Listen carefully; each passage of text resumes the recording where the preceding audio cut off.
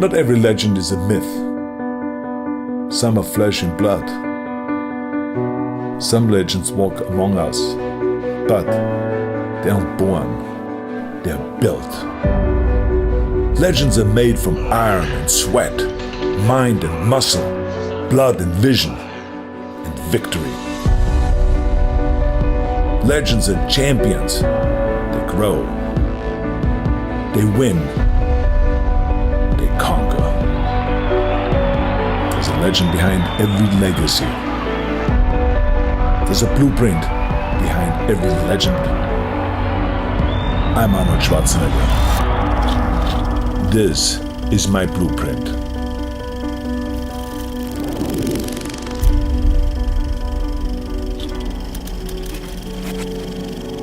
I always believed in order to be motivated or to work really hard, is you need to have a vision in front of you.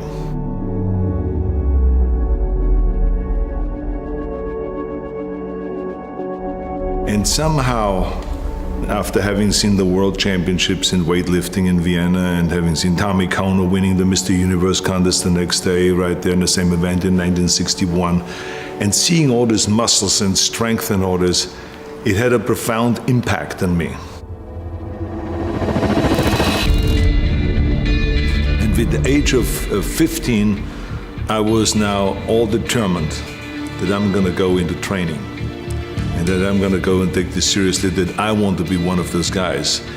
I started looking at heroes, muscular guys and heroic guys. And I picked up this magazine that had Reg Park on it.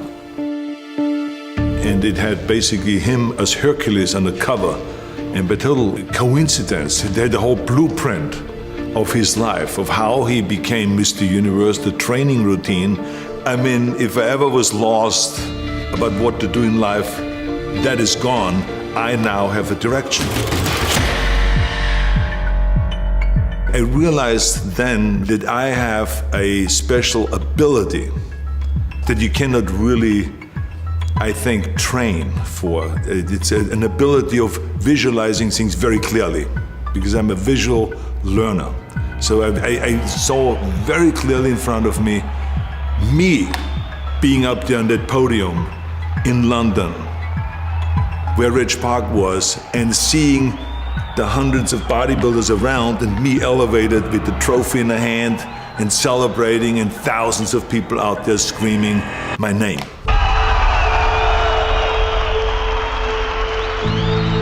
And that, to me, that vision was the motivating factor. So that drove me to the gym. But almost like it was so strong that I actually didn't need discipline. It just took me there, it just sucked me into that, and to train every day, because to me it became kind of like every workout I do from now on is going to take me one step closer to turning this beautiful vision into reality. And so this is what actually was the thing that motivated me, and it became all the way down to the bone. It became like Mr. Universe, Mr. Universe, Mr. Universe, training, sculpting your body, eating the right way, and just staying focused and keeping my eye on the ball. With the age of 20, I turned my vision into reality, and I became the youngest Mr. Universe ever.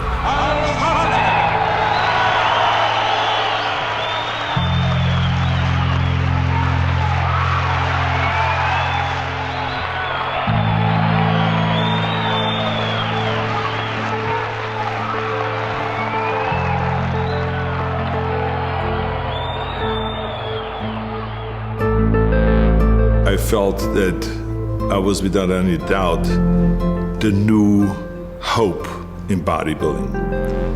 I didn't feel that I have arrived yet of where I wanted to be.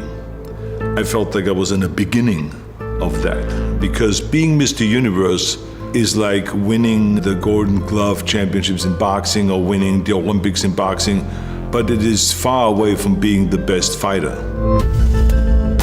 So I realized that very quickly, and I said to myself, I have to really earn that to get up there, and that it would take me still some time. And that there are bodybuilders in America that were extraordinary, like Sergio Oliva and Dave Draper and people like that. And there was great champions over here. They were really extraordinary. They were ripped. They had much more quality of muscles than I had. They were much more defined, and maybe their posing was even more sophisticated and so on. But I had, without any doubt, the best potential, and I'm very young. I'm much younger than all of them. So when I came over, I was really, I appreciated that the excitement that was in the gym. Like, this is the guy from Austria. This is the guy with the 21-inch arms. This is the guy that, is already deadlifting 700 pounds. And he's the, so there was a lot of kind of good positive reaction from me coming over here. And there was also some jealousy that I had to overcome. But it was really a great feeling. And the other side of it is that I think it's very important when you come from so far away and you feel lonely and you feel somewhat lost because you're now in a different country, you don't speak the language. I only knew the school English. I barely could really communicate. I couldn't watch the news yet. I couldn't read the newspaper yet. So I was kind of blocked from the outside world in a way. And then to have this kind of a love and this kind of inclusion. I mean, really unbelievable kind of behavior I detected of those bodybuilders that didn't know me at all. They only knew me by what the magazines showed, the pictures and the stories and so on, but not knew me in person. So it was really extraordinary to come over here to America and to have that feeling and being received with open arms. I would never forget that.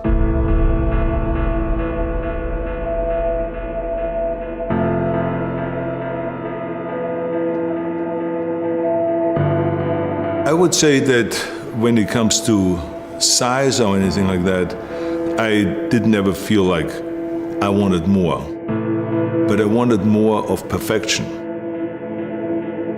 I never felt like that I reached my 100% of potential, and I think that everyone feels that way. I felt that I wanted to have bigger triceps than I had. I felt like I wanted to have 1 inch bigger thighs than I had. I felt that I wanted to get more definition in my abs than I've ever had. I felt that I wanted to build my lats even lower and tie it in more to the waist that I've worked on always. So there was certain things like that I felt like that if I could have a clay, I could actually show to the world where I wanted to make the improvements. And then when it comes to the last few months of the competition, that you can then take that mass and chisel it down and work on the details. We would go and we would see our body fat reduce and reduce and reduce, and we would take photographs like fanatics. Franco would take pictures of me, I would take pictures of him, and we just would compare shots. And we can then see the improvement all the time. And then you see still now problem areas. So then you have to go and say, I still need the separation between my abs and the intercostals and the serratus that connects them to the lats. How do I do that? Okay, I have to go to close grip chin-ups. I have to do more pullover exercises. I have to do more crunching exercises. I have to do more knee pull-ups and more leg raises and all of those things. So you then start sculpting with the different exercises that we have available. You see, the great thing is, if you train smart, you know what is the inventory of different exercises that you have available for every single weak point. But the key thing is to set little goals, to do the training every day, to eat the right way, and you're gonna go and hit those marks. And then you move the bar higher, then you move the bar higher. And that is what differentiates the winner from the loser. And you feel that with hard work, you can achieve the goals and you can become successful. And this is the great thing about bodybuilding, because if you get good in that and accomplish your goals, you know you can use the same principles for everything else in life.